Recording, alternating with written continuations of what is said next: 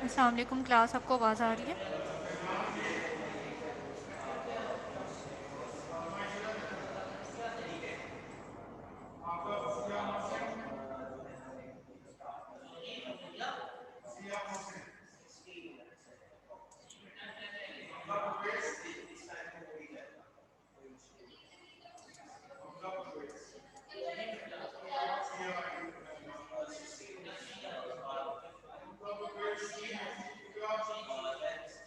बेटा, आप लोग को आवाज़ आ रही है?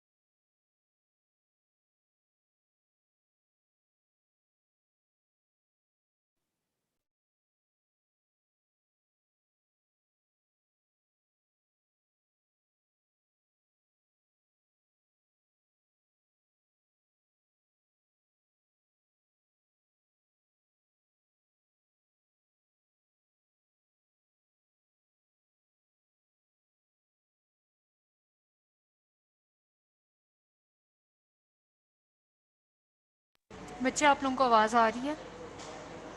Yes ma'am. यस आ रही है।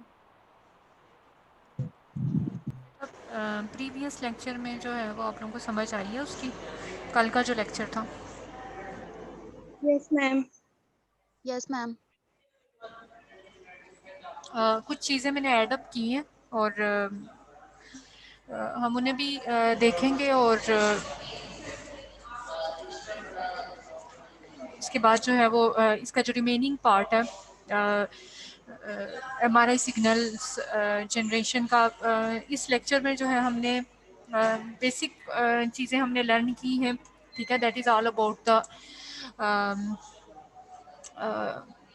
how we send radio frequency pulse, receiving signals from the patient by coil, transformation of signals into the image by complex processing in the computers, ठीक है। अच्छा बेटा, इसमें जो है वो कल मैंने आपको प्रिसेशन पढ़ाई है और हाउ द प्रोटॉन्स जो है वो स्पिन कैसे कर रहे हैं, उनकी हम कैलकुलेशन कैसे करते हैं, उसको कहते क्या है, that is called as Larmor frequency.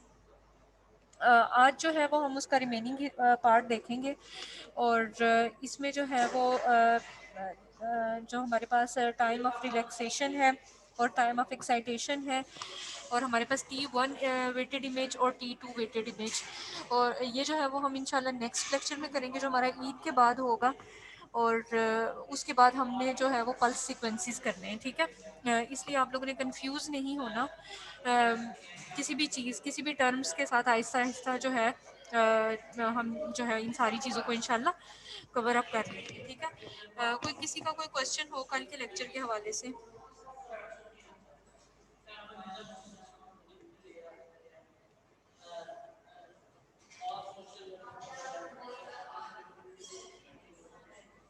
ज़रवा अजीम, आपका कोई क्वेश्चन हो? नो मैम, क्लियर है मुझे लेक्चर पूरा। मासूमा प्रेजेंट है? Yes ma'am. ना तारीख?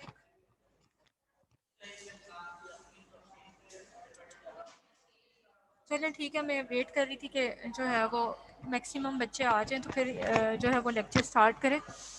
कल कुछ बच्चों को जो है वो कंफ्यूजन हो रही थी among the high energy and low energy, ठीक है। मैंने जो है इसमें कुछ चीज़ें आज ऐड अप की हैं आपकी बेटर अंडरस्टैंडिंग के लिए, ठीक है। बेसिकली जो है वो हमने कल के लेक्चर को एक शॉर्ट समराइज़ कर ले अगर हम, तो हमारे पास हमने जो है बेसिकली जो स्टार्ट किया था दैट इज़ अबाउट द, हमारे पास जो है वो बॉडी के अंदर ऑलमोस्ट 67 to 70% तक जो है वो हाइड्रोजन एटम है। हाइड्रोजन के पास जो है वो बेसिकली हमारे पास पॉजिटिव चार्ज है, हमारे पास इसके पास कोई नेगेटिव हाइड्रोजन आयनिक स्टेट में हाइड्रोजन के पास जो है वो पॉजिटिव चार्ज है, कोई भी नेगेटिव चार्ज जो है हाइड्रोजन एटम में नहीं है। आयनिक स्टेट का थोड़ा सा मजीद एक्सप्लेन कर दूं कि when hydrogen atoms is in the ionic state, तो उसमें क्या होता है हमारे पास कि हमारे पास इलेक्ट्रॉन के पास negative within the atom electron के पास नेगेटिव चार्ज होता है और न्यूट्रॉन के पास कोई भी चार्ज नहीं होता। जब हाइड्रोजन एटम के पास पॉजिटिव चार्ज होगा तो उसकी एक मैग्नेटिक मोमेंट होगी, उसी मैग्नेटिक मोमेंट को जो है वो एमआरआई ने यूज़ किया है और हमारे पास जो है वो क्या है, एमआर सिग्नल जनरेट हुआ है। अगेन जो है वो मैंने आपको बताया कि अगर जो है वो हमारे पास जो हमारे पास चार्ज पार्टिकल्स हैं, हमारे पास जो है वो अगर एक दूसरे को कैंसिल आउट ना करें तो एक ह्यूमन बॉडी जो है वो always in the magnetic state हो।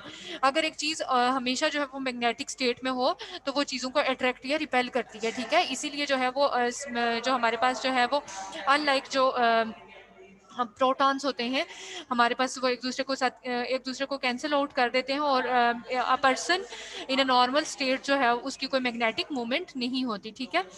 उसके बाद जो है वो हमने ये चीज़ देखी कि प्रोटॉन की जो है एक स्पिन होती है अराउंड इट्स एक्सिस, ठीक है। और उसी एक्सिस को यूज़ करते हुए जब हम एक्सटर्नल मैग्नेटिक फील्ड B0 या B0 जो है वो अप्लाई करते हैं तो वो जो उसकी अपने एक्सिस के अराउंड जो स्पिनिंग होती है वो क्या करता है कि वो उस एक्सटर्नल मैग्नेटिक फील्ड के जो है वो साथ अपनी मूवमेंट को जो है वो स्टार्ट कर लेता है। जब वो एक अपनी मूवमेंट को स्टार्ट कर लेता है तो वो एक कॉन शेप में जो है वो बुबल या स्पिनिंग करता है, ठीक है। प्रेसिशनल फ्रीक्वेंसी में का मैंने आपको बताया कि एक इलेक्ट्रॉन जो है सॉरी एक प्रोटॉन जो है वो अपने एक्सिस में कितनी जो है वो स्पिनिंग कर रहा है विद इन अ सेकेंड, उसकी कैलकुलेशन को जो है हम प्रेसिशनल फ्रीक्वेंसी कहते हैं। ठीक है, जितनी ज़्यादा जो है वो एक्सटर्नल मैग्नेटिक फील्ड जितनी ज़्यादा स्ट्रॉन्ग होगी उतना ही क्या होगा हमारे पास जो है वो लार्मर फ्रीक्वेंसी है या जो प्रेसिशनल फ्रीक्वेंसी है वो उतनी ही ज़्यादा स्ट्रॉन्ग होगी। ठीक है, अब जो है वो हमने एक चीज़ जो है वो मैंने कल मेंशन नहीं की थी जिसकी वजह से कुछ बच्चे कंफ्यूज भी हुए।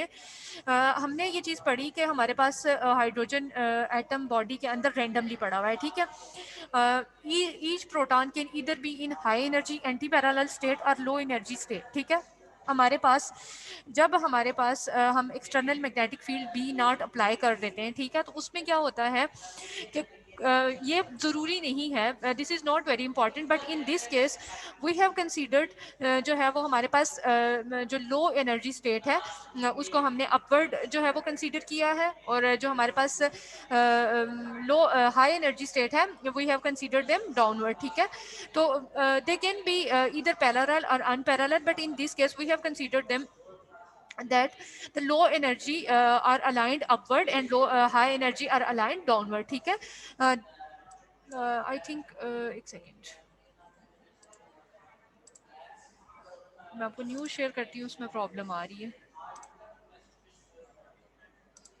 बेटा न्यूज़ शेयर हुआ है आपको लेक्चर?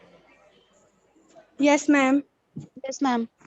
ठीक है, सो हम कहाँ पे थे, हम यहाँ पे थे। ठीक है, तो इसमें जो है each proton can either be in high energy anti parallel state और लो एनर्जी जो है parallel state. There will be a small excess of hydrogen nuclei in the low energy state and this results in the magnetic vector pointing in the direction of the B0 field. ठीक है, अब जो है वो हमारे पास we have considered that जो है हमारे पास this is the external magnetic field. ठीक है, हमारे पास एक्सटर्नल मैग्नेटिक फील्ड है। यहाँ पे हम मैंने कल इस चीज़ का एडिशन किया था।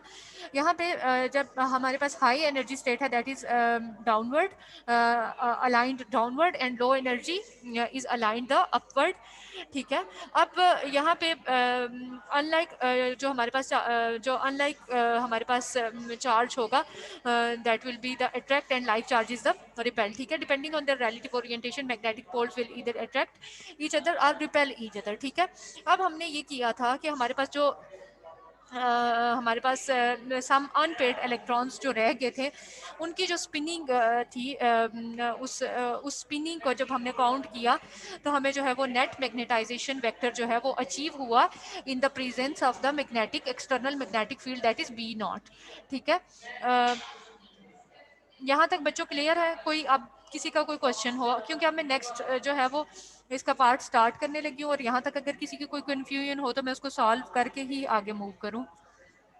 No, ma'am. क्लियर है ma'am.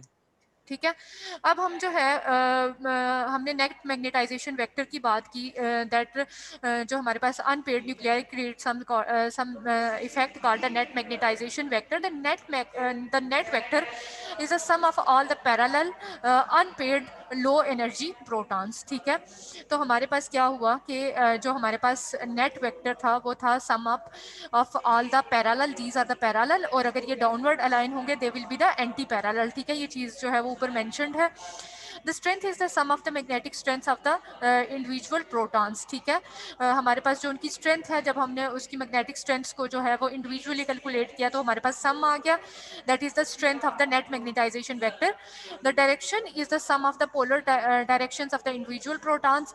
In the low energy state, the net vector aligns along the longitudinal or z axis is called the mz। अब ये mz क्या है कि हमारे पास जो है वो पेड़ जो प्रोटॉन्स या जो हमारे पास हाइड्रोजन एटम्स रह गए हैं हमने जब एक्सटर्नल मैग्नेटिक फील्ड B0 उन पे अप्लाई की तो वो लॉन्गिट्यूडनल पोजीशन में हमारे पास जो है वो अलाइंड हो गए। वो जो लॉन्गिट्यूडनल पोजीशन है उसको हम कंसीडर करते हैं वी हैव 3 एक्सिस। ठीक है, हमारे पास हाइड्रोजन एटम में 3 एक्सिस होते हैं X, Y एंड Z। ठीक है, तो जब जो है वो जब हाइड्रोजन एटम या प्रोटॉन जो है वो अलाइन अपवर्ड करेगा तो that will be the Z axis. ठीक है, हमारे पास जो है नेक्स्ट मैंने जो है वो Y and x y and z तीनों चीज़ें ऐड की हुई हैं, लेकिन अगेन जो है वो मैं आपको बता देती हूँ यहाँ पे, ठीक है। ये हमारे पास जो है हमारे पास that is the z axis. जब हमारे पास लॉन्गिट्यूडनल जो है लॉन्गिट्यूडनली अलाइन करते हैं protons, that are the z axis, this is the y axis and this is the x axis, ठीक है। तो आपने कंफ्यूज नहीं होना कि जो है वो बी नॉट तो एक्सटर्नल मैग्नेटिक फील्ड है, सो हमारे पास एम जी क्या होगा, ठीक है। क्लियर है यहाँ तक? Yes, ma'am. ठीक है। प्रेसिशन इन बी नॉट, ठीक है। अब अगेन वी आर जो है वो हम एक्सटर्नल मैग्नेटिक फील्ड का जिक्र करेंगे। दे वुबल लाइक द गायरोस्कोप, ठीक है। गायरोस्कोप क्या है? लाइक एक टॉप है जिसको हम उर्दू में लट्टू बोलते हैं, ठीक है। तो हमारे पास जो हाइड्रोजन एटम्स हैं, जो प्रोटॉन्स हैं, they wobble, they spin. Thermal agitation prevents the nuclei from aligning perfectly with B nought, so the nuclei actually align at an angle.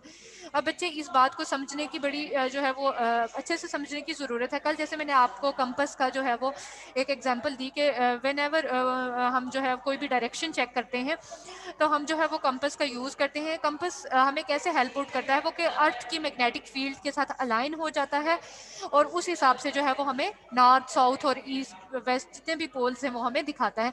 इसी तरह से अब क्या होगा कि हमारे पास जो हाइड्रोजन एटम की, जो प्रोटॉन की जो है वो थर्मल एजिटेशन होगी, वो उसको सारे का सारा जो है वो एक्सटर्नल मैग्नेटिक फील्ड के साथ अलाइन नहीं होने देगी, एक एंगल के साथ जो है वो उसकी स्पिनिंग कॉज करेगी।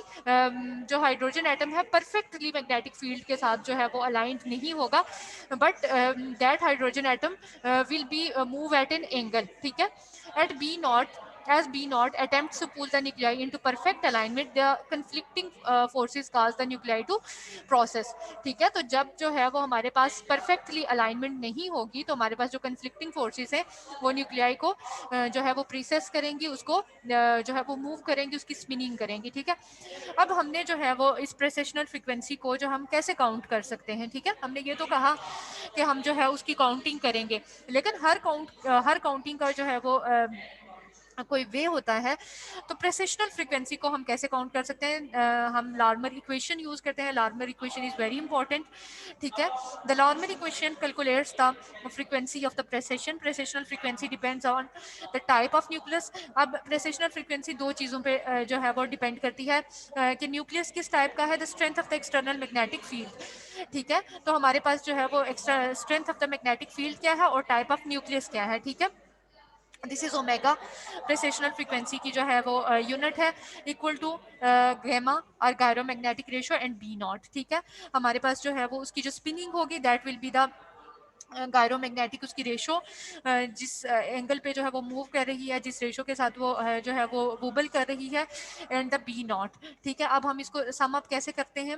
हमारे पास the gyromagnetic ratio yields frequency at 1 tesla. The gyromagnetic ratio is unique for each type of the nucleus. हमने यहाँ पे बात की कि हर न्यूक्लियस की अपनी ही स्ट्रेंथ होगी, हर न्यूक्लियस की अपनी एनर्जी होगी। तो जो प्रेसेशनल फ्रीक्वेंसी है वो न्यूक्लियस की टाइप पे डिपेंड करती है और एक्सटर्नल मैग्नेटिक फील्ड पे डिपेंड करती है। अब ये पॉसिबल नहीं है कि हमारे पास जो है वो हाइड्रोजन एटम की जो है वो वन हाइड्रोजन, इसको प्रोटियम भी कहते हैं, टू हाइड्रोजन जो है इसकी जो है वो सेम स्ट्रेंथ हो कार्बन की, नाइट्रोजन की, फ्लोरीन की, सोडियम की, एल्यूमिनियम की, फास्फोरस की, इन सब न्यूक्लियस की हमारे पास they all are M R active nucleus. जैसे कि मैंने प्रीवियसली आपको कल बताया था, they all are active M R nuclei, ठीक है। तो इन सब की जो हमारे पास न्यूक्लियस की स्ट्रेंथ है, एनर्जी है, दैट इज डिफरेंट, ठीक है। गायरोमैग्नेटिक रेशियो यील्ड करती है फ्रीक्वेंसी एट 1 टेस्ला। हमारे पास जो है वो 1 टेस्ला पे गायरोमैग्नेटिक रेशो फ्रीक्वेंसी को यील्ड करती है। इसकी जो है वो मैंने एग्जांपल दे दी है, बेशक आप इसको याद ना करें, this is not important for your clinical knowledge, लेकिन मैंने सोचा कि इसको चीज़ को अगर ऐड कर दूंगी, इस फार्मूला को ऐड कर दूंगी तो आप लोगों के लिए आसानी रहेगी। लाइक के अगर if there is some sort of precession, if there some sort of precessional frequency, अगर हम उस नेट मैग्नेटाइजेशन वेक्टर है, तो उन सारी चीज़ों को सम अप कैसे करते हैं, आपके माइंड में ये सारी चीज़ें बैठी होनी चाहिए कि ये प्रोसेसेस और फार्मूलाज होते हैं जिनके थ्रू हम किसी भी चीज़ को काउंट करते हैं, ठीक है। तो हमारे पास most M R scanners operate at 1.5 tesla. तो 1.5 टेस्ला के जो हमारे पास स्कैनर्स हैं उनके लिए हम जो है वो कैलकुलेशन कैसे करते हैं? हमने इसमें यहाँ पे स्पेसिफिक किया है 1.5 टेस्ला को, ठीक है। हमारे पास frequency is equal to W nought divided by 2 pi, ये इसका फार्मूला है। उसमें हमारे पास अब बी नॉट है, ठीक है। इसमें हमारे पास 42 किसकी स्ट्रेंथ थी, हम यहाँ से देखेंगे। 42 1 हाइड्रोजन और प्रोटियम की स्ट्रेंथ थी। हमने इसको यहाँ पे ऐड अप किया, डिवाइडेड बाई टेस्ला 1.5 टेस्ला। इसको जब हमने इसकी जो है डिवीजन एंड मल्टीप्लिकेशन की, तो हमारे पास जो रिजल्ट में है वो नेट मैग्नेटिक रिजल्ट जो है वो इस तरह से अकॉर्डिंग टू द फार्मूला वो आ गया, ठीक है। अगर इसको याद करना है कर लें, अगर नहीं करना तो आई विल नॉट आस्क के जो है what is the formula and how you calculate the precessional frequency, ठीक है। This is just for your understanding, ठीक है बच्चों। यहाँ तक किसी का जी कोई मैम। क्वेश्चन बच्चों? मैम वो टेबल याद करना है वैल्यूज वाला। जी बेटा वैल्यूज याद कर ले, but I will not ask formulas. I know कि दिस इज़ वेरी डिफ़िकल्ट, आप लोगों के लिए भी जो है वो इन चीज़ों को मेडिकल प्रोफेशनल्स को जो है वो ये चीज़ें याद करना थोड़ा मुश्किल हो जाता है, बट अंडरस्टैंडिंग आपको होनी चाहिए। आई विल नॉट से कि जो है वो आपको अंडरस्टैंडिंग ही ना हो किसी चीज़ की। कल को आप लोगों ने भी, आप माशाल्लाह से ग्रेजुएट हो रहे हैं, तो जो है आपके पास जितना एक्सटेंसिव नॉलेज होगा आपको उतना ही फ़ायदा है। तो इसको अपने नॉलेज के लिए याद कर लें, but I will not ask in exams और इन क्विज और, ठीक है। ये वैल्यूज याद कर लें, ये आप लोगों के काम आएंगी, ठीक है। लेकिन इसको भी देख लें, but I will not ask, ठीक है। This is just for your understanding. और कोई क्वेश्चन बच्चों? No, ma'am. ठीक नो है, मैम। अब हम आगे चलते हैं। अच्छा बच्चों, हमने यहाँ पे बात की कि एम जी, ठीक है। अब हमने जी की बात की कि जब हमने एक्सटर्नल मैग्नेटिक फील्ड, हमने इसको जो है वो हाईलाइट किया है बी नॉट को जो है वो ब्लैक से, और इसके अलाइनमेंट को, जो प्रोटॉन्स के अलाइनमेंट को शो किया है वो हमने जो है वो पिंक कलर से शो किया है। अब बच्चों होता क्या है, M z can not be measured when aligned with B not, ठीक है। कभी भी आप जो है वो इसको मेजर नहीं कर सकते, इसकी अलाइनमेंट को मेजर नहीं कर सकते, इसकी प्रेसेशनल फ्रीक्वेंसी को मेजर नहीं कर सकते जब तक कि ये इसके साथ बी नॉट के साथ अलाइंड है। अब हमने करना क्या है कि इसके साथ तो ऑब्वियसली इसकी मेजरमेंट नहीं हो सकती। अब बात आ जाती है आरएफ फ्रीक्वेंसी की, ठीक है। अब हमें जो है वो आरएफ पल्स की ज़रूरत पेश आएगी कि हम इसकी अलाइनमेंट को डिस्टर्ब करें। जब वो अलाइनमेंट डिस्टर्ब होगी तो हमें क्या होगी, हमें सिग्नल मिलने में मदद मिलना स्टार्ट हो जाएगी, ठीक है। M z must be moved away from B naught in order to generate a signal.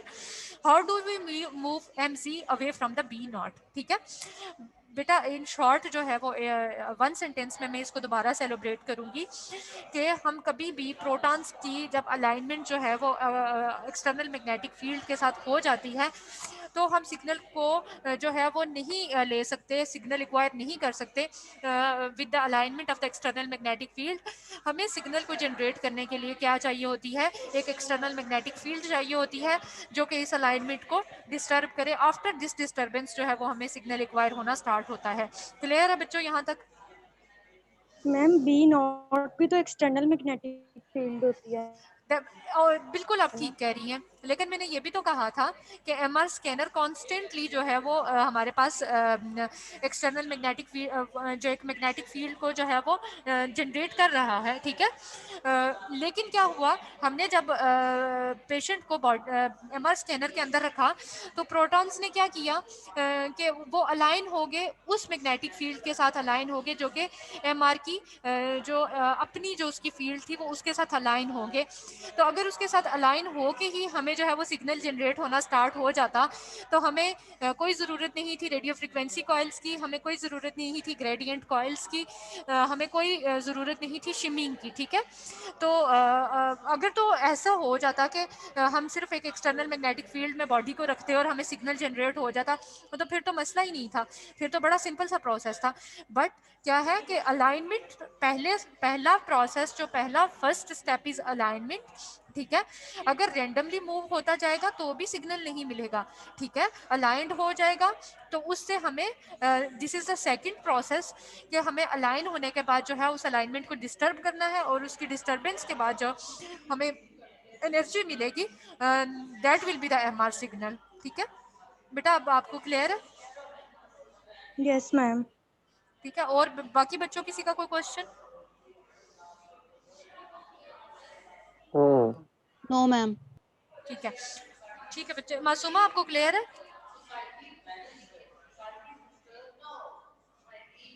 Yes ma'am, थोड़ा थोड़ा। थोड़ा थोड़ा क्यों? आपको क्या चीज समझ नहीं आई, आप मुझे बताएं।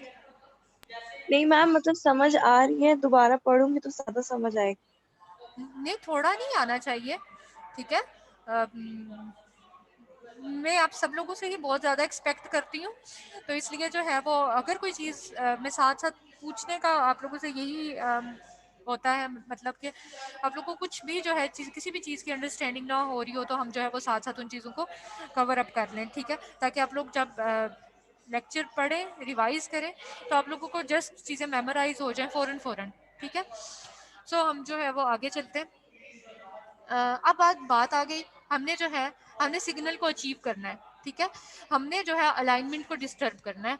हम वो अलाइनमेंट डिस्टर्ब कैसे होगी? वो अलाइनमेंट डिस्टर्ब ऐसे होगी, the frequency of the RF energy must match the frequency of the processing nuclei in order to transfer the energy. The magnetic field exerted by the RF energy is called the B1. B1 must be transmitted perpendicular to B0, ठीक है। अब बेटा हुआ क्या, हमारे पास alignment हो गई। Alignment को हमने B0 और B0 का जो है वो नाम दिया, ठीक है। उसकी यूनिट को, सिंपल अलाइनमेंट को हमने B0 कहा। हमारे पास सॉरी हमारे पास जो मैग्नेटिक फील्ड थी, मैग्नेटिक फील्ड को हमने B0 कहा और अलाइनमेंट को हमने MC कहा, ठीक है। हमारे पास की Z डायरेक्शन में हमारे पास जो है वो अलाइनमेंट हो गई है, मैग्नेटाइजेशन हो गई है। अब क्या हुआ कि जो हम RF फ्रीक्वेंसी भेजेंगे, RF पल्स भेजेंगे, उस एनर्जी को हम कहेंगे B1, ठीक है। उस B1 ने किस चीज़ के साथ टकराना है? B0 के साथ टकराना है, ठीक है। और उसकी जो डायरेक्शन होगी हमारे पास, that will be perpendicular not parallel, ठीक है। अब हमने जो है वो इसमें हमने ये किया, that is omega is equal to gyromagnetic ratio and B0, ठीक है। हमने जो है वो B1 को जो है वो ट्रांसफर किया ऑन B0, ठीक है। ये हमारे पास जो है वो एक एक्सटर्नल मैग्नेटिक फील्ड थी, उसके ऊपर हमने RF पल्स को, RF सिग्नल को जो है वो ट्रांसफर किया। Without the transferring of RF signal और receiving of RF signal we can not acquire the जो है वो हमारे पास रिक्वायर्ड डेटा हम एक्वायर नहीं कर सकते, ठीक है। अब क्या हुआ कि मैंने आपसे ये कहा था कि हम ये नहीं करते कि हम कंटिन्यूसली, जैसे हमारे पास एक्सरेज में, सिटी स्कैन में, सॉरी जो है हमारे पास न्यूक्लियर मेडिसिन में कॉन्स्टेंटली जो है वो रेडिएशंस आ रही होती हैं, लेकिन हमारे पास MR में क्या होता है कि हमने एक शॉर्ट बर्स्ट ऑफ पल्सेस को जो है वो ट्रांसफर करना होता है और उसके बाद जो है उसको रिसीव करना होता है, ठीक है। हम कॉन्स्टेंटली इस पे जो है वो सिग्नल को जो है वो ट्रांसफ़र नहीं कर रहे होते। जैसे अल्ट्रासाउंड में हम जो है कॉन्स्टेंटली साउंड वेव्स को जो है वो बॉडी के अंदर ट्रांसफ़र करेंगे तो ही सिग्नल रिसीव होगा, but not in case of MRI। हमने जो है वो एक्साइट करना है, a short burst of electromagnetic wave is applied which disturbs the proton, ठीक है। जो हमारे पास प्रोटॉन अलाइन हुए होंगे उनको डिस्टर्बेंस होगी, उनकी डिस्टर्बेंस काज होगी। It causes longitudinal magnetization to decrease and establish a new transverse magnetization. तो मैंने आपसे बात की थी कि हमारे पास जो अलाइंड प्रोटॉन्स होंगे, MZ को हमने कहा था कि ये लॉन्गिट्यूडनल मैग्नेटाइजेशन है। वो लॉन्गिट्यूडनल मैग्नेटाइजेशन क्या हो गई, ये यहाँ पे मैंने इसकी एग्जांपल दी है। वो लॉन्गिट्यूडनल मैग्नेटाइजेशन ट्रांसफर्स मैग्नेटाइजेशन में क्या होगी, ट्रांसफर हो गई, ठीक है। अब हमने उसकी B0 के साथ से अलाइनमेंट चेंज कर दी ना, with the help of RF pulse, yes समझ आ मैम। गए, ठीक है। यहाँ पे हमने क्या किया कि it causes the longitudinal magnetization to decrease a new establish transverse magnetization. अब ये जो हमें ट्रांसफर्स मैग्नेटाइजेशन अचीव हुई है, ठीक है, इसकी हेल्प से दिस विल हेल्प इन जो है वो MR सिग्नल इक्विसेशन, ठीक है। Protons can pick energy from sorry the transverse magnetization produces the signals, transverse magnetization signals को produce करेगी। protons can pick energy from applied RF pulse only when the RF pulse equals the precessional frequency of protons, this is called resonance।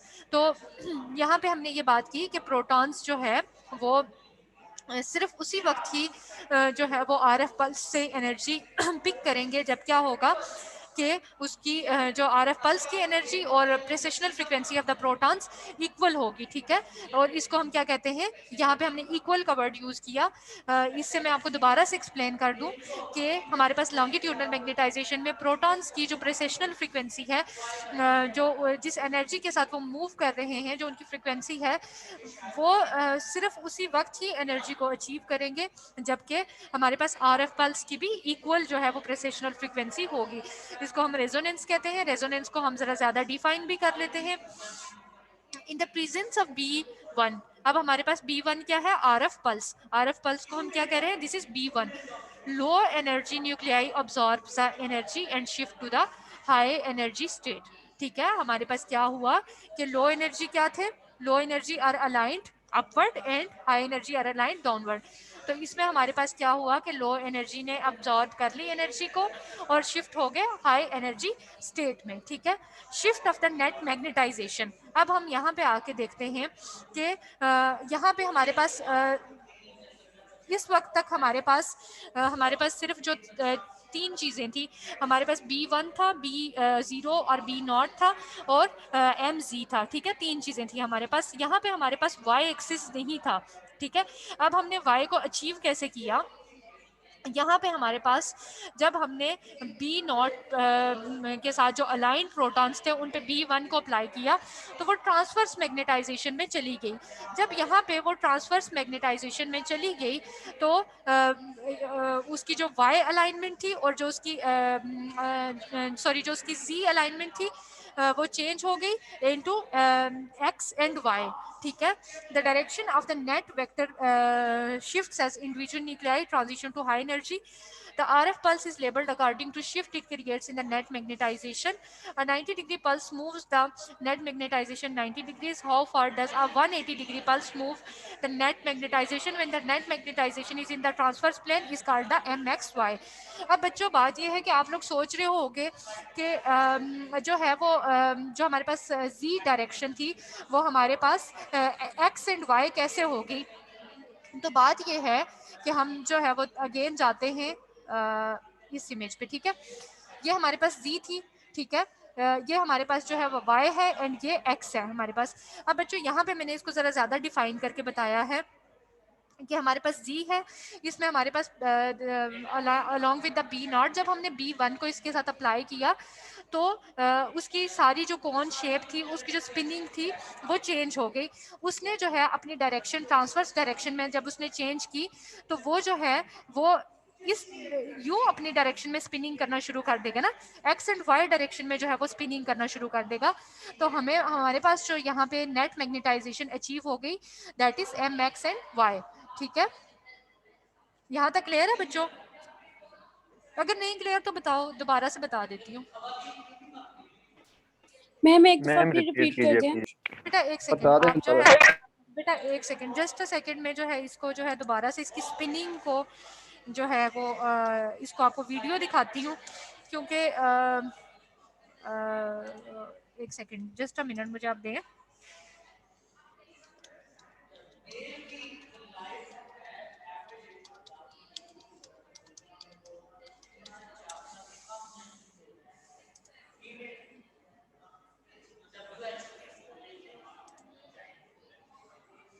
I hope कि मुझे जो है वो मिल जाए।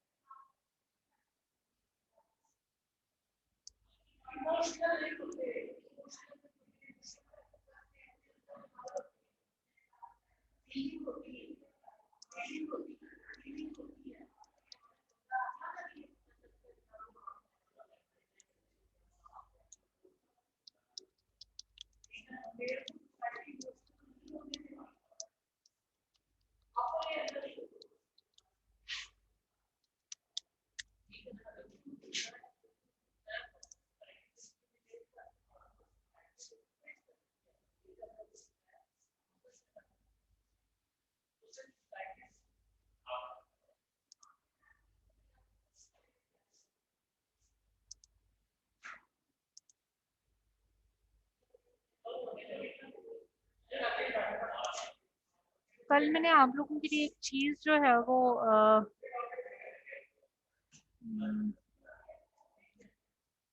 एक ढूंढ के रखी थी, लेकिन मैंने आप लोगों से शेयर नहीं की। मैं आप लोगों के साथ शेयर करती हूँ।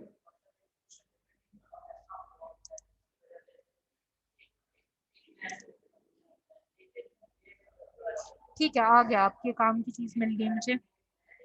मैं आपके साथ शेयर कर रही हूँ स्क्रीन, आपने गौर से देखना है, ठीक है। Sorry, this is Google. अच्छा बच्चों, ये 22 सेकंड की जो है वो वीडियो है, इसको आप देखें। हमारे पास क्या हुआ कि हम वी आर टॉकिंग अबाउट कि हमने जो है वो जी अलाइनमेंट से जो है वो लॉन्गिट्यूडनल मैग्नेटाइजेशन से ट्रांसफर्स को अचीव कर लिया, ठीक है। अब मेरा बच्चा, अगर आप गौर से देखो तो जब हमारे पास जी अलाइनमेंट थी तो वो अपने यूं इस एक्सिस के अराउंड मूव कर रही थी, ठीक है।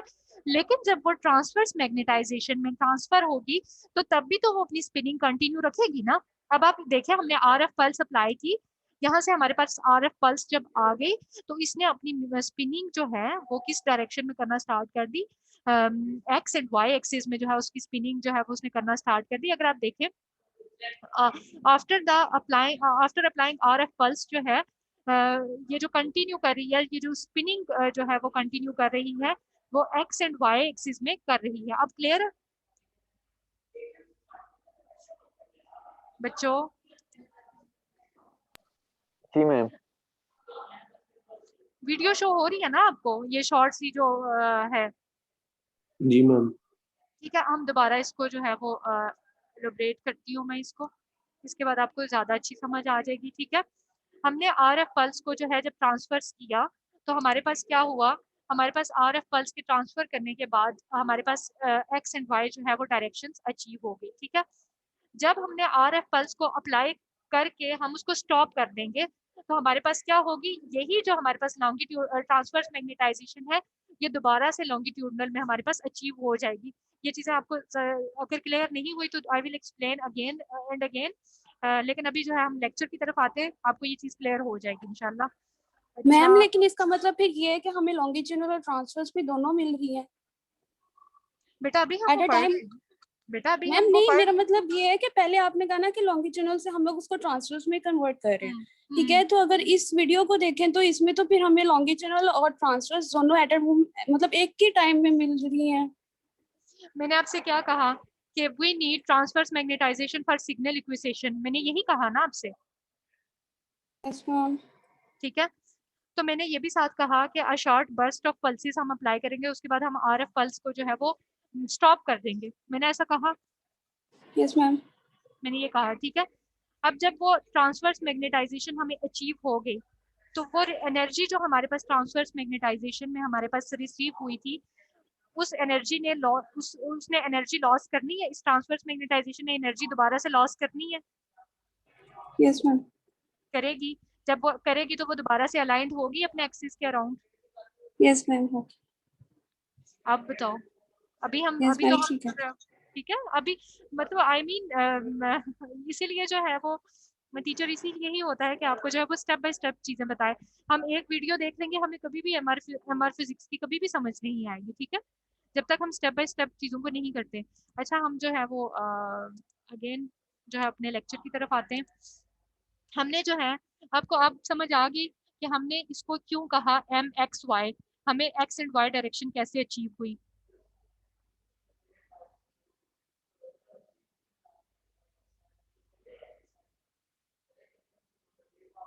क्लास मैंने आपसे कुछ पूछा है? जी ma'am. Yes ma'am. Yes ma'am. अब आप लोगों को कंफ्यूजन तो नहीं होगी ना कि हमारे पास जी एक्सिस तो along the longitudinal magnetization achieve हो गया था, लेकिन हमारे पास एक्स एंड वाई कैसे अचीव हुआ, ठीक है। वो आपने देख लिया कि जब हमारे पास ट्रांसवर्स मैग्नेटाइजेशन में भी जो है वो प्रोटॉन्स जाएंगे, they will continue their spinning in X and Y axis, ठीक है। अब हम बात करते हैं रिलैक्सेशन की, ठीक है। When B1 is removed, B1 हमारे पास क्या थी, that was the RF pulse, ठीक है, is removed, the nuclei emit energy and shift back to low energy state The transition back to low energy state is called the relaxation. After emitting energy, the nuclei return to the parallel alignment. यही बात मैंने जो की कि जब हम short burst of pulses apply करेंगे तो क्या होगा कि हमारे पास ट्रांसवर्स मैग्नेटाइजेशन अचीव हो जाएगी। जब हमारे पास ट्रांसवर्स मैग्नेटाइजेशन अचीव हो गई तो हमने क्या किया कि हमने B1 को रिमूव कर दिया। उस रिमूव होने के बाद क्या होगी कि न्यूक्लियाई एनर्जी एमिट करेंगे और शिफ्ट बैक हो जाएंगे अपनी लो एनर्जी स्टेट में। ठीक है, जब वो लो एनर्जी स्टेट में शिफ्ट बैक हो जाएंगे तो उस स्टेट को हम कहते हैं relaxation. After emitting energy the nuclear return to the parallel alignment. ठीक है, तो अगेन हमारे पास आफ्टर द ट्रांसफर्स जो हमारे पास मैग्नेटाइजेशन थी, B1 रिमूव होने के बाद उसने जो है वो अपनी एनर्जी को लॉस कर देना है और अगेन जो है वो अलाइन हो जाना है पैरेलल। ठीक है, अब हम इसको जरा ज्यादा डिटेल में देखते हैं। External magnetic field is directed along the Z axis which is the long axis of the patient as well as bore of the magnet. ठीक है, हमारे पास एक्सटर्नल मैग्नेटिक फील्ड जो है वो डायरेक्टेड थी अलोंग द Z एक्सिस। ठीक है, जो कि एक पेशेंट का लॉन्ग एक्सिस होता है और बोर का भी जो है मैग्नेटिक बोर का भी जो है वो लॉन्ग एक्सिस होता है। ठीक है, प्रोटॉन अलाइन पैरेलल और anti parallel to external magnetic field. Protons जो थे वो हमारे पास जैसे एंटी यहाँ पे कुछ पैरेलल है और ये एंटी पैरेलल है, इन्होंने खुद को अलाइन करना था। ठीक है, along positive and negative sides of the Z axis. ठीक है, Z एक्सिस के पॉजिटिव और नेगेटिव एक्सिस के साथ force of protons and negative and positive cancel out each other. ठीक है, तो हमारे पास जो फोर्स ऑफ प्रोटॉन्स थी उसने नेगेटिव और पॉजिटिव को कैंसिल आउट कर दिया। However, there are always more protons spinning on positive side are parallel to Z axis than negative side as it requires less energy to do so. ठीक है, तो हमारे पास जो है वो कुछ जो है वो protons रह जाएंगे। After cancelling each other forces, these are few protons on positive side that retain their forces and these forces add up together to form a magnetic vector along the Z axis.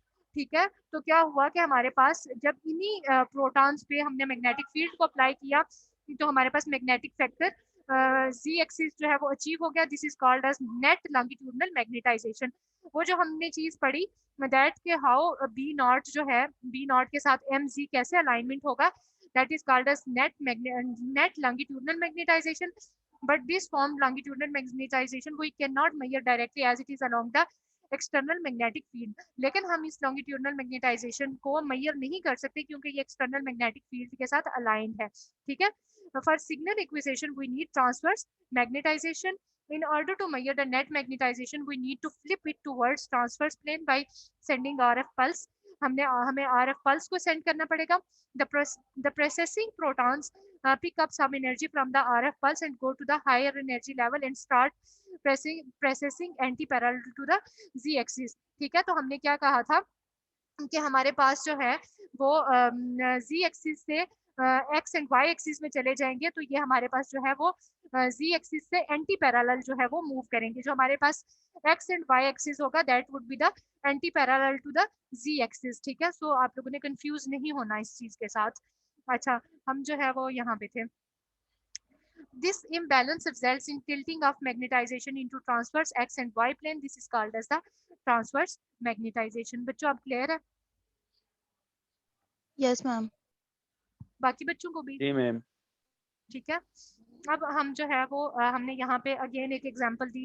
ये इस image की मैं बात कर रही थी जो कि MRI at a glance and MRI made easy में जो है वो इस किस्म की जो है वो इमेजेस इंक्लूडेड हैं। जैसे बच्चे कह रहे थे कल के जो है वो हमारे पास अनपेड तो थोड़े रह जाएंगे और पेड जो है वो ज्यादा हैं, तो हाउ वी डिफाइन। ठीक है, तो a smaller number is on the higher energy level anti parallel walking on their hands. तो ऑब्वियसली जिन लोगों में ज्यादा एनर्जी होती है वो जो है वो एंटी पैरेलल भी मूव कर सकते हैं।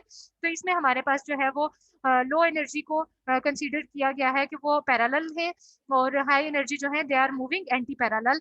तो द डिफरेंस जो है इसमें हमारे पास क्या होगा कि हमारे पास जो है सेम जो होंगे दे विल कैंसिल आउट और जो हमारे पास जो है वो अनपेयर्ड जो रह जाएंगे that will cause the signal. ठीक है, RF pulse and resonance. RF radio frequency pulse is a short burst of electromagnetic wave in the radio frequency range used in combination with magnetic gradients to generate a magnetic resonance imaging.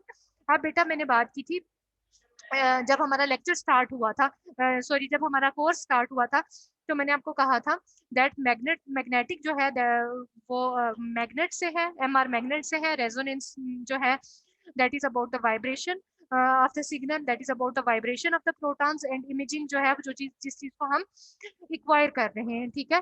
और ये जो है वो हमारे पास combination of magnetic gradient से achieve होगी। सिर्फ हमारे पास एक आपके पास जो है, आप में से कोई भी जो है वो मैग्नेट ले सकता है, ठीक है, लेकिन उस मैग्नेट सिर्फ उस हमारे पास सिंपल मैग्नेट जो है वो कभी भी हमें जो है वो इमेज नहीं दे सकता जब तक हम उसके साथ ग्रेडियंट्स को अटैच ना करें। वो ग्रेडियंट कौन से हैं? That are radio frequency pulses, that are radio frequency coils, gradient coils, shimming coils. तो ये सारी चीजें जब हमारे पास अचीव होंगी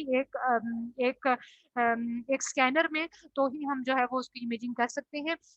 For the exchange of energy, frequency of protons and RF pulse have to be the same, ठीक है। अब बच्चों जो हमने एनर्जी को चेंज करना है, एक्सचेंज ऑफ एनर्जी करना है, उसके लिए फ्रीक्वेंसी ऑफ प्रोटॉन्स और आरएफ पल्स की फ्रीक्वेंसी सेम होनी चाहिए। उसको हम लार्मर फ्रीक्वेंसी या लार्मर इक्वेशन कहते हैं, जो हम ऊपर पढ़ रहे हैं। When RF pulse and protons have the same frequency, protons of low energy state can pick up some energy and go to their higher energy state. This phenomena is known as resonance, the R in MRI, ठीक है। तो जो हमारे पास low energy state जो protons होंगे, they will pick up energy and they will resonate. RF pulse not only cause protons to go to the higher energy level but also makes them precess in step in phase or synchronously. तो बेटा मैंने आपसे बात की कि जब हमारे पास जो है वो लॉन्गिट्यूडनल मैग्नेटाइजेशन से ट्रांसवर्स मैग्नेटाइजेशन में जो है वो हाइड्रोजन एटम्स शिफ्ट होंगे, तो वो सिर्फ शिफ्ट नहीं होंगे बल्कि उस शिफ्टिंग में उन्होंने इन स्टेप रहना है, इन फेज रहना है, उन्होंने स्पिनिंग अपनी कंटिन्यूड रखनी है। समझ आ गई है बात की कि they will not only shift, they will process, they will in phase in a magnetic field. बात समझ आई है? जी मैम। ठीक है, कि उन्होंने सिर्फ जो है हमारे पास जो मैंने आप लोगों को यहाँ पे एग्जांपल दी कि हमारे पास जो है वो नेट मैग्नेट जो हमारे पास ट्रांसवर्स मैग्नेटाइजेशन अचीव हुई है, इस मैग्नेटाइजेशन में भी उन्होंने अपनी स्पिनिंग जो है वो कंटिन्यूड रखनी है। Spinning will not be stop, ठीक है, स्पिनिंग स्टॉप नहीं होगी, ठीक है। सो हम यहाँ पे थे। अच्छा, हमारे पास जो है B if B naught is equal to 1 tesla then is equal to normal frequency is equal to 42.5 megahertz. इसको जो है वो मैं आपको ऊपर भी एक्सप्लेन कर रही हूँ कि how we can calculate the Larmor frequency और लार्मर इक्वेशन, ठीक है।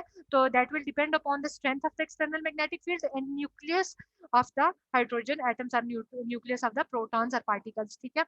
सो हमने यहाँ पे वेक्टर की बात करनी है और vector has both size and direction, ठीक है। हमारे पास वेक्टर की दो साइड्स और डायरेक्शन है and is represented graphically by an arrow, ठीक है। इसको हम ग्राफिकली एरो से रिप्रेजेंट करते हैं और vector size is represented by its length in MRI physics.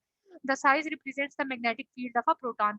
तो वेक्टर क्या चीज है कि जिस एक्सिस के अराउंड जो है वो प्रोटॉन स्पिन कर रहा है, जिन डायरेक्शंस में वो स्पिनिंग कर रहा है, दैट इज वेक्टर। और जो वेक्टर का साइज है वो रिप्रेजेंट करता है magnetic field of a proton, ठीक है। जितना वेक्टर का साइज बड़ा होगा मैग्नेटिक फील्ड उतनी ज्यादा होगी, जितना वेक्टर का साइज छोटा होगा मैग्नेटिक फील्ड उतनी कम होगी।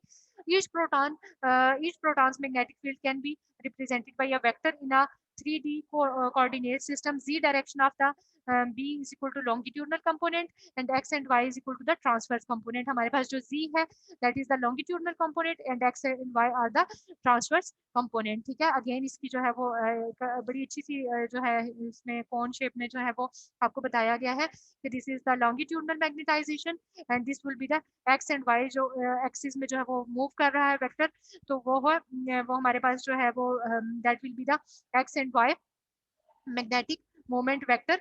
तो इस सारे की जो हमारे पास जितने भी वो एक्सिस में एक्स वाई एंड जी में जो उसका साइज होगा उसको cumulatively net magnetic moment vector बोलेंगे हम, ठीक है। अगेन जो है वो एक ग्राफिक रिप्रेजेंटेशन है that we send the RF pulse, ठीक है, रेडियो फ्रीक्वेंसी पल्स और electromagnetic wave that is within the frequency range of the waves which are received by your radio, ठीक है। अब हमारे पास जो है हमने यहाँ पे बात की that longitudinal magnetization transferred into the transverse magnetization. relaxation. It means recovery of the protons back towards the equilibrium after being disturbed by the RF pulse. तो RF pulse ने जो उनकी alignment को disturb किया था, उसके बाद जो है RF pulse जब off होगी वो अपनी energy को lose करेंगे और वापस अपनी जो है वो equilibrium state में चले जाएंगे. What happened when RF pulse is switched off? Protons start doing two things simultaneously. Losing energy and returning to spin up. Longitudinal magnetization starts increasing along the z-axis. तो मेरा बच्चा कश्यप आपका क्वेश्चन था कि यहाँ पे हमें लॉन्गिट्यूडनल भी बताई गई है और ट्रांसवर्स भी बताई गई है, ठीक है. तो हमारे पास क्या होगा, जब एनर्जी लूज होगी तो अगेन जो प्रोटॉन्स हैं वो स्पिन अप होना स्टार्ट हो जाएंगे along the z axis. Dephasing. Transverse magnetisation starts decreasing in the transverse plane, ठीक है. तो हमारे पास जो ट्रांसवर्स मैग्नेटाइजेशन थी वो डिक्रीज होना शुरू हो जाएगी और लॉन्गिट्यूडनल इंक्रीज होना स्टार्ट हो जाएगी. जब ये हमारे पास लॉन्गिट्यूडनल डिक्रीज हो लॉन्गिट्यूडनल जो है इंक्रीज होगी और जो हमारे पास ट्रांसवर्स है जब वो डिक्रीज होगी, we will receive the MR signal. Transverse magnetization vector constantly rotate at normal frequency in transverse plane and induces electric current. तो हमारे पास जो ट्रांसवर्स मैग्नेटाइजेशन वेक्टर था that will rotate constantly at normal frequency. उसने electrical current को induce करना है. The receiver coil receive this current as MR signal. तो जो हमारे पास रिसीवर कॉइल है उसने एमआर सिग्नल को रिसीव करना है. The strength of the signal is proportional to the magnitude of the transverse magnetization and this signal is transferred into MR image by computers using the mathematical methods. तो हमारे पास क्या होगा कि जो strength of the signal होगी वो proportional होगी, directly proportional होगी कि कितना जो है वो हमारे पास magnitude of the transverse magnetization था. जितना हमारे पास लॉन्गर जो है वो मैग्नीट्यूड होगा इतनी ही हमें सिग्नल अच्छा रिसीव होगा, इतनी ही हमें एक्सटेंसिव इमेजिंग मिलेगी. तो हमारे पास जो है वो जो इलेक्ट्रिक करंट रिसीव होगा after the explosion of transverse magnetization that would be the MR signal, ठीक है. उसको हम प्रोसेस करके ऑन कंप्यूटर्स जो है वो देख सकते हैं, ठीक है. अब बच्चे इसमें जो है वो हमने आज के लेक्चर को मैं समराइज करने के बाद आप लोगों से क्वेश्चन पूछूंगी. सॉरी, आप मुझसे क्वेश्चन पूछिएगा अगर किसी का कोई चीज़ क्लियर नहीं होती, ठीक है. अब बच्चे हम लोगों ने ये बात की कि हमारे पास जब स्टार्ट हमने लेक्चर किया तो हमारे पास जो है वो एक चीज़ थी बी नॉट और एक चीज़ थी हमारे पास बी नॉट. एक हमारे पास एक्सटर्नल मैग्नेटिक फील्ड थी. उसमें हमने पेशेंट को जब रखा तो पेशेंट के सारे जो हाइड्रोजन एटम्स थे वो अलाइन हो गए. हमने उसे कहा दैट इज mg, ठीक है. जब हमारे पास mg हो गए अचीव तो हमने कहा कि सिर्फ mg तो हमें सिग्नल नहीं दे सकता. फिर हमने क्या किया कि हमने उस पर एक b1 जो है वो पल्स को हमने इंड्यूस किया.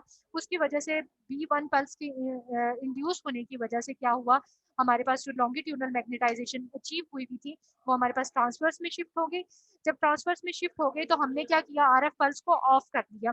जब हमने आरएफ पल्स को ऑफ कर दिया तो हमारे पास क्या था कि जो ट्रांसवर्स मैग्नेटाइजेशन MXY हमें अचीव हुई थी वो डिक्रीज होना शुरू हो गई और हमारे पास लॉन्गिट्यूडनल मैग्नेटाइजेशन इंक्रीज होना शुरू हो गई. इस increase in longitudinal magnetization and decrease in transverse magnetization में हमारे पास क्या है, सिग्नल रिसीव होगा. क्योंकि जो हमारे पास प्रोटॉन्स जो है वो शिफ्ट हुए थे ट्रांसवर्स मैग्नेटाइजेशन में, उन्होंने अपनी एनर्जी को एमिट करना है. वो एनर्जी क्या होगी, हमारे पास सिग्नल होगा, एमआर सिग्नल होगा.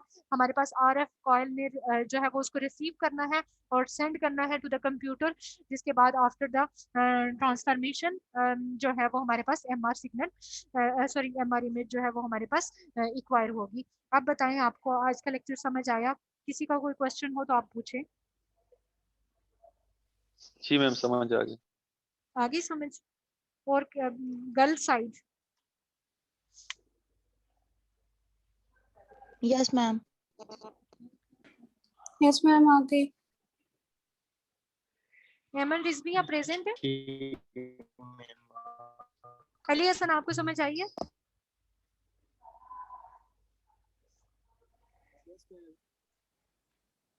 सिद्रा शहजाद.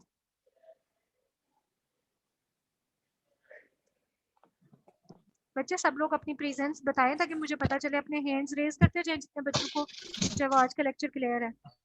अपनी हैंड्स रेज कर लें, बोलना नहीं है. यस मैम आ गई समझ. अपनी हैंड्स रेज करें जितने बच्चों को समझ आई है ताकि मुझे आइडिया हो जाए.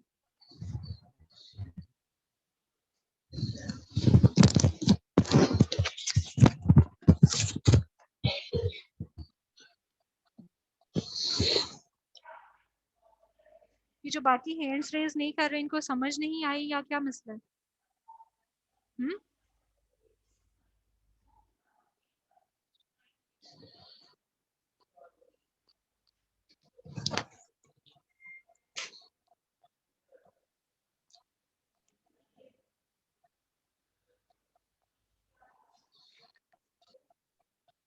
मारिया कमर, आपको समझ आई है?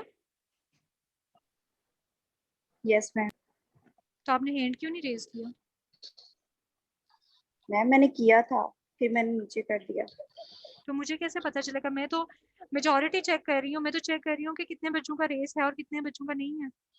मैं तो ये ओके चेक मैम। कर जिनको नहीं समझ आई फिर मैं उनसे पूछूं कि उनको क्या चीज़ क्लियर नहीं है, सो I can explain.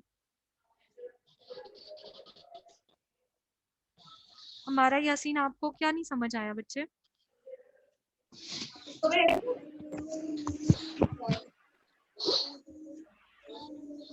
Fatima Ahmad, ma'am आ गई है समझ। अपना हैंड्स रेज करें। तहसीन, फातिमा, आपको क्या चीज़ समझ नहीं आई? जोनस शहजाद, रिजवान अली, मारूख। ठीक है बच्चों, अगर आप चारों बच्चे जो हैं वो नेक्स्ट क्लास में मुझसे पूछ लीजिएगा अगर आपको कोई चीज़ समझ नहीं आई। ठीक है, आई थिंक कि ईद के बाद ही अब हम लोग का जो है वो नेक्स्ट लेक्चर होगा। तो I request to all of you कि प्लीज़ जो है वो अपना टाइम यूटिलाइज कीजिएगा। हमारे पास काफ़ी सारा जो है आपको जो है वो टाइम होगा अब आपके पास, तो आप लोग प्लीज़ पढ़िएगा इसको। अगर कोई चीज़ समझ नहीं आती तो please you can ask me. मैंने आप लोगों की जो है वो आज इंशाल्लाह बुक भी अपलोड कर देनी है, अभी मैं अपलोड कर दूंगी इंशाल्लाह। तो फर्दर जो है वो आप अपनी जो है वो क्वेरीज वहाँ से जो है वो देख सकते हैं, सॉर्ट आउट कर सकते हैं। ठीक है, ठीक है बच्चों, अपने हैंड। एक्सक्यूज मी मैम, जी जी, सारे सब्जेक्ट्स की क्लासेस मतलब ईद के बाद ही होंगी या सिर्फ आपके सब्जेक्ट की? नहीं बेटा, मुझे अबाउट आइडिया नहीं है। ठीक है, मुझे मूव करना था, इस वजह से जो है वो मैंने आप लोग का आज लेक्चर जो है वो अरेंज किया है। ठीक है, ठीक है ठीक लॉकडाउन है। हो रहा था। कोई तो बात मुझे यस मैम, यस मैम, कोई मुझे बात नहीं, इट्स मुझे ओके। आइडिया नहीं था, इसीलिए जो है वो मुझे कल को जाना था। तो मुझे आइडिया नहीं था कि वहाँ से जाके आपका लेक्चर जो है वो प्रॉपर हो सकेगा या नहीं हो सकेगा, क्योंकि इंटरनेट कनेक्शन जो है वो अनस्टेबल ही रहता है। हमारे अच्छे अच्छे शहरों में अनस्टेबल रहता है, तो मुझे आइडिया नहीं था वहाँ पे इंटरनेट कनेक्शन का। इस वजह से मैंने कोई रिस्क नहीं लिया और जो है मैंने कोशिश की कि इसको जो है वो आज आपको कवर करा दूँ। अच्छा बच्चों, नेक्स्ट लेक्चर में जो है वो हम जो है वो आपने इस लॉन्गिट्यूडनल मैग्नेटाइजेशन, ट्रांसवर्स मैग्नेटाइजेशन और इन एक्सिस को जो है वो गौर से पढ़ लेना है, क्योंकि विदाउट जो है वो आप इसके हम जो है वो जो हमारे पास नेक्स्ट जो हमारे पास टॉपिक्स हैं आप उनको कवर नहीं कर सकोगे। ठीक है, तो मैं उम्मीद करती हूँ कि आप लोग इन चीज़ों को पढ़ लोगे ताकि आगे आप लोगों को समझने में आसानी हो जाए। ठीक है, जी मैम। और किसी का बच्चों को क्वेश्चन हो?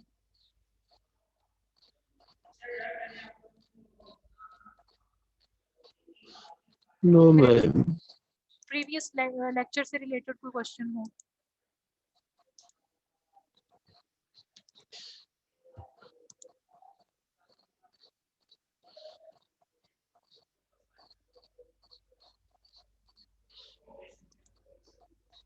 ठीक है बच्चों, कोई क्वेश्चन नहीं है तो यू कैन लीव। और मैं जो है वो इस लेक्चर की जो है वो रिकॉर्डिंग और लेक्चर तो अपलोडेड ही है, तो मैं इसकी रिकॉर्डिंग भी जो आपके साथ शेयर कर देती हूँ। और एलएमएस पे जो है वो बुक का लिंक जो है वो अटैच कर लेती हूँ, तो आप लोग वहाँ से बुक भी डाउनलोड कर लीजिएगा एमआर बेसिक फिजिक्स की। उसके बाद जो है जब हम रीजनल एमआरआई पढ़ेंगे इंशाल्लाह, तो मैं आपको जेपी ब्रदर्स की जो है वो बुक्स दे दूँगी, मेरे पास वो हैं। और उनसे जो है वो आप ज़्यादा अच्छे से जो है वो अपने कॉन्सेप्ट्स क्लियर कर सकोगे। ठीक है, ओके मैम। ओके बेटा, thank you so much, you can leave बच्चे। Thank you ma'am. You welcome बेटा।